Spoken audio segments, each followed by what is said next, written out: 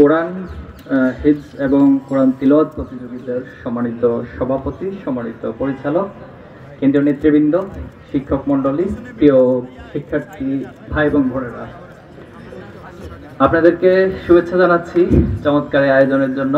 মূলত আমি আমাদের সাংগঠনিক একটা প্রোগ্রাম ছিল, আরেকটা প্রোগ্রাম আছে একটু পরে। তো নামাজ পড়তে আসার পর জিজ্ঞেস করলাম যে এখানে কি প্রোগ্রাম হচ্ছে, ভাইরা বললেন ছাত্র দলের প্রোগ্রাম হচ্ছে। তখন বললাম একটু দেখা করে আসি। তো দেখা করতে আসার পরে মূলত ভাইদের পক্ষ থেকে বক্তব্য দেওয়া। তো আল্লাহর কাছে শুকরিয়া যে আল্লাহ তাআলা 5ই আগস্টের পূর্বের যে পরিস্থিতি ছিল, বাংলাদেশে ফ্যাসিবাদ কায়েম ছিল, আমাদের ভাইয়েরা, আমাদের বোনেরা জীবন দিয়ে, রক্ত দিয়ে সংগ্রাম করে আমরা সকলে সম্মিলিতভাবে একটি সুন্দর নতুন বাংলাদেশ পেয়েছি। আমাদের কাছে অবারিত সুযোগ আল্লাহ তাআলা দিয়েছেন। এখন এই সুযোগকে কতটুকু কাজে লাগাবো এটা ডিপেন্ড করবে শহীদদের কাতারে শামিল থাকা আমরা যারা বেঁচে আছি আমাদের উপরে।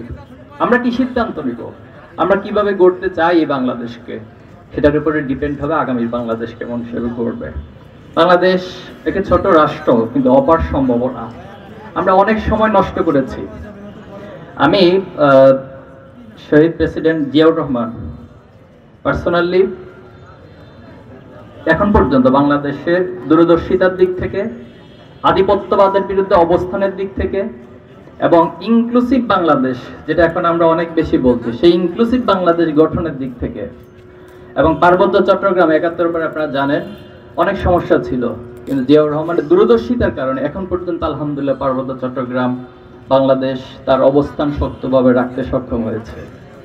পাশাপাশি 71-এর পরে পার্শ্ববর্তী রাষ্ট্রের পরিকল্পনার মাধ্যমে ইসলামকে মুছে দেওয়ার একটা গভীরতম নীল নকশা, সেটাও মিশিয়ে দিয়েছেন শহীদ প্রেসিডেন্ট জিয়াউর রহমান।